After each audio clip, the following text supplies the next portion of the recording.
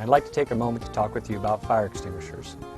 Fire extinguishers are a safe, effective tool for extinguishing small fires. When it comes to fire, be smart. This fire extinguisher, which most people have in their home, will discharge its entire contents in 10 to 15 seconds. That is why we use fire extinguishers on small fires. Fire extinguishers are rated A, B, and C fires. A being ordinary combustibles such as paper and wood products.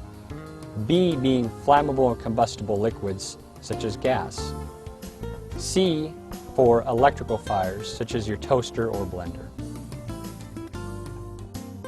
To use the extinguisher, remember pass.